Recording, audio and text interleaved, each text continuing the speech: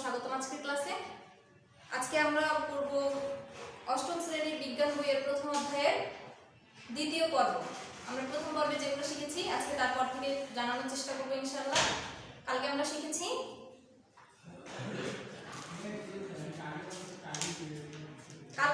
এই অ্যানিমেলিয়া রাজ্য সম্পর্কে পড়েছি, এর পর্ব, উপপর্ব এবং শ্রেণী সম্পর্কে ধারণা নিয়েছি। আজকে আমরা এর শ্রেণীর ব্যাখ্যা, উপপর্বের ব্যাখ্যা সম্পর্কে ভালোভাবে ধারণা নিব।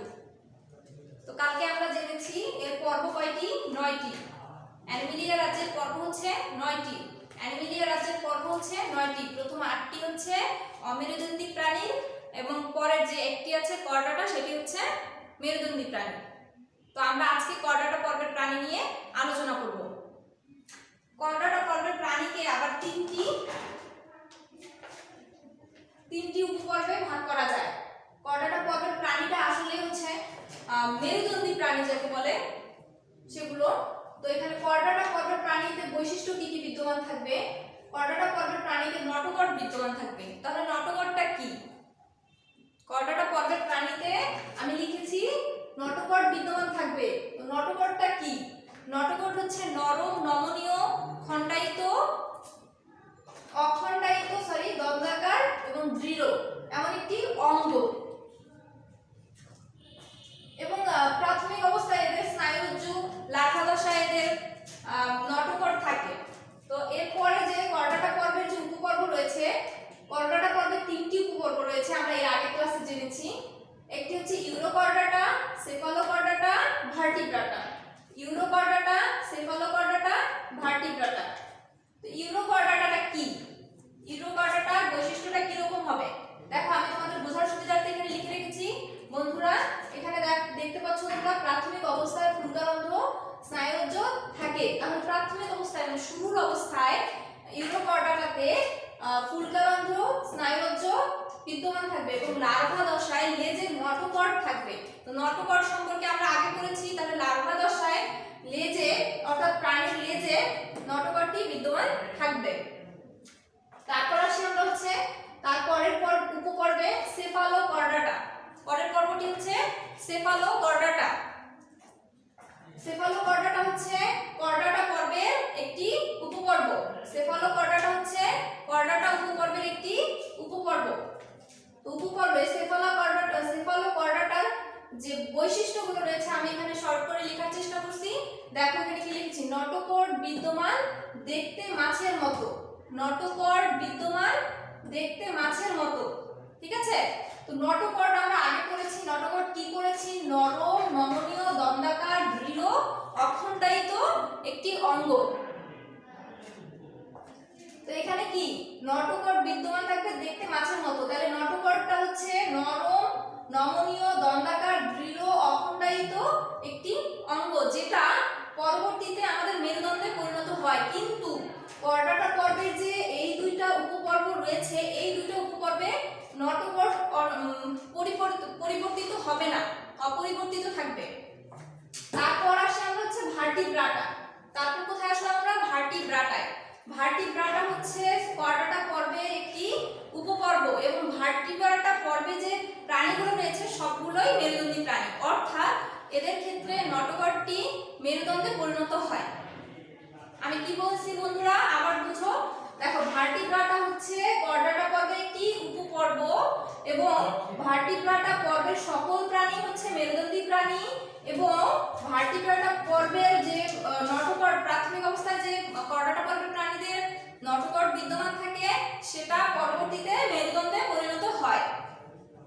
আশা করি তোমরা বুঝতে পারছো। তারপর আমরা আসবো ভার্টিব্রাটা পর্বের আবার 7টি শ্রেণী রয়েছে। তোমরা এদিকে লক্ষ্য করো, ভার্টিব্রাটার আবার 7টি শ্রেণী রয়েছে। এই 7টি শ্রেণী সম্পর্কে কালকে আমি বলেছি, আজকে আবার বলছি। দেখো, সাইক্লোস্টোমাটা, কন্ডিকথিস, অস্টিকথিস, উভচর, সরীসৃপ, পক্ষীকুল, স্তন্যপায়ী। কি কি? সাইক্লোস্টোমাটা, কন্ডিকথিস, অস্টিকথিস, উভচর, সরীসৃপ, পক্ষীকুল, স্তন্যপায়ী। তোমরা আবার দেখো, এখানে বানানগুলো দেখে নিবা। বইয়ে সুন্দর করে গোছানো দেওয়া আছে, আমি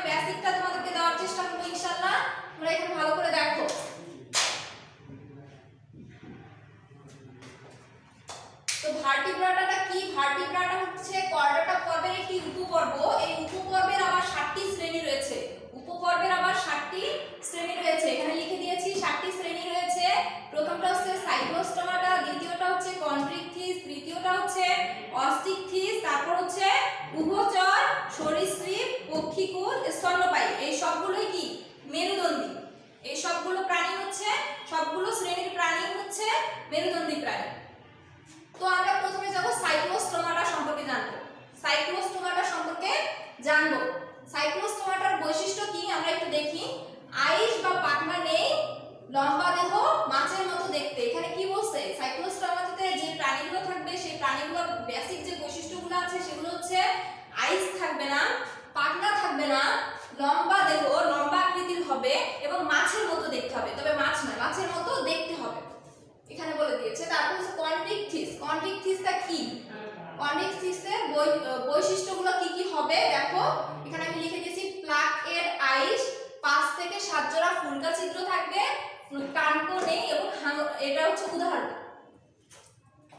তো প্লাক এর আইস মানে আইস বিদ্যমান থাকবে এবং কন্ট্রিকথিসের যে প্রাণীগুলো রয়েছে সেগুলোতে 5 থেকে 7 জোড়া ফুলকা ছিদ্র থাকবে এবং ফুলকার সাহায্যে শ্বাসকার্য পরিচালনা করবে। কানকো নেই। এর উদাহরণগুলো কি কি? হাঙর, করাত মাছ। ঠিক আছে, হাঙর, করাত মাছ। উপরে যে আমরা সাইক্লোস্টোমাটা পড়েছি, সাইক্লোস্টোমাতে উদাহরণটা বলতে ভুলে গেছি, সরি। দেখো এখানে আছে পেট্রোমাইজল।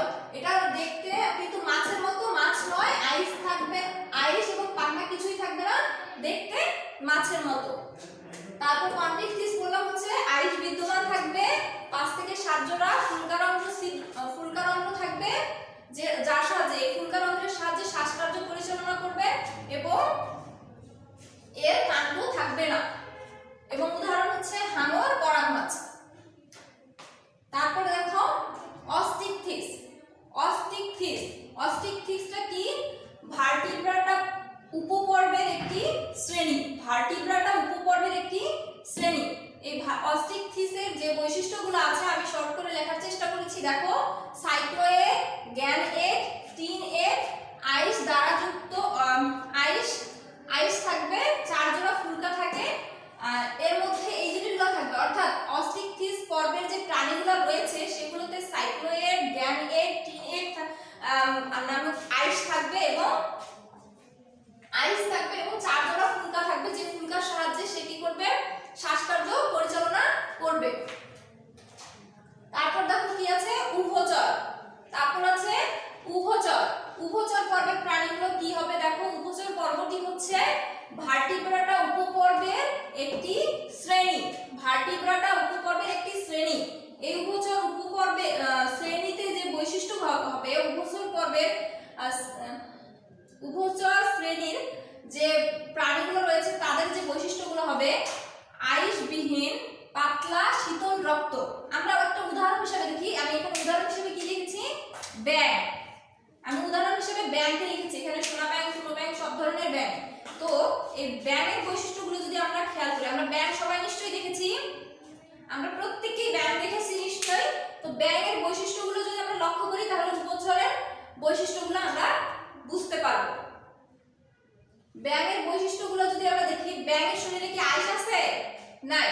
তো আইসবিহীন, পাতলা, তার শরীরের স্তরটা হচ্ছে পাতলা এবং শীতল রক্ত বিশিষ্ট এবং এরা জলে এবং ডাঙায় উভয় জায়গায় বসবাস করে। তো এই উভচরের উদাহরণ হচ্ছে ব্যাঙ।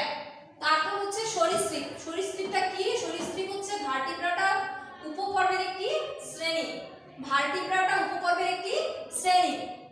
এই উপপর্বের আমি নিচের যে উপপর্বগুলো রয়েছে, শ্রেণীগুলো রয়েছে, সেই শ্রেণীগুলোর আমি বৈশিষ্ট্য লিখি নাই। কেন লিখি নাই দেখো, সরীসৃপ, পক্ষীকুল, স্তন্যপায়ী, এই যে 3টা জিনিস আমরা পড়েছি ছোট থেকে, এইগুলো সম্পর্কে আমাদের ধারণা আছে উভচর সম্পূর্ণ। তো উভচর থেকে স্তন্যপায়ী এই সবগুলো সম্পর্কে আমাদের ধারণা রয়েছে। এই কারণে আমি শুধুমাত্র এগুলোর উদাহরণগুলো দিয়েছি যেন তোমরা বুঝতে তোমাদের সুবিধা হয়। তো সরীসৃপটা কি? সরীসৃপ আমরা জানি সাপ, টিকটিকি, কুমির। এদের সাপকে যদি আমরা বিবেচনা করি, সাপের বৈশিষ্ট্যগুলো কি? সাপের বৈশিষ্ট্যগুলো হচ্ছে সাপ কি বুকে ভর দিয়ে হাঁটে, মানে চলাচল করে, টিকটিকিও তাই, কুমিরও তাই, বুকে ভর দিয়ে চলাচল করে।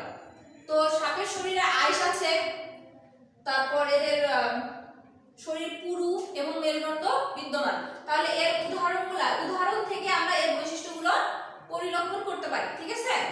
তারপর হচ্ছে পক্ষীকুল।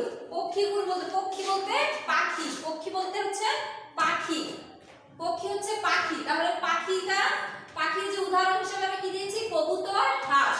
কবুতর, হাঁস।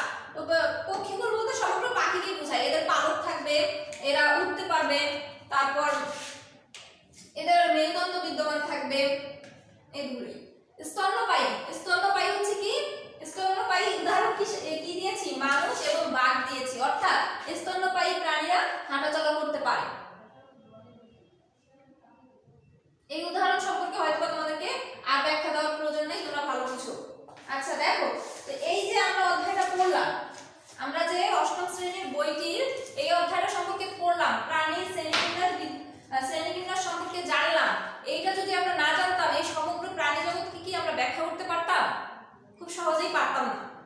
এই ব্যাখ্যাগুলো যে দিয়েছি, এই ব্যাখ্যাগুলো থেকে এই বইয়ের এই অধ্যায় পড়ার পর আমরা খুব সহজেই এই বিশাল সমগ্র প্রাণী জগৎ সম্পর্কে খুব সহজেই ধারণা নিতে পারবো, খুব সহজেই ব্যাখ্যা করতে পারবো। তো আশা করি শিক্ষার্থী বন্ধুরা তোমরা এই ক্লাস দেখে কিছু হলেও উপকৃত হয়েছো। আশা করি কোনো মন্তব্য থাকলে কমেন্ট বক্সে গিয়ে কমেন্ট করবে। সে পর্যন্ত নেক্সট ক্লাস নিয়ে আসার আগ পর্যন্ত ভালো থাকবে, সুস্থ থাকবে, আসসালামু আলাইকুম।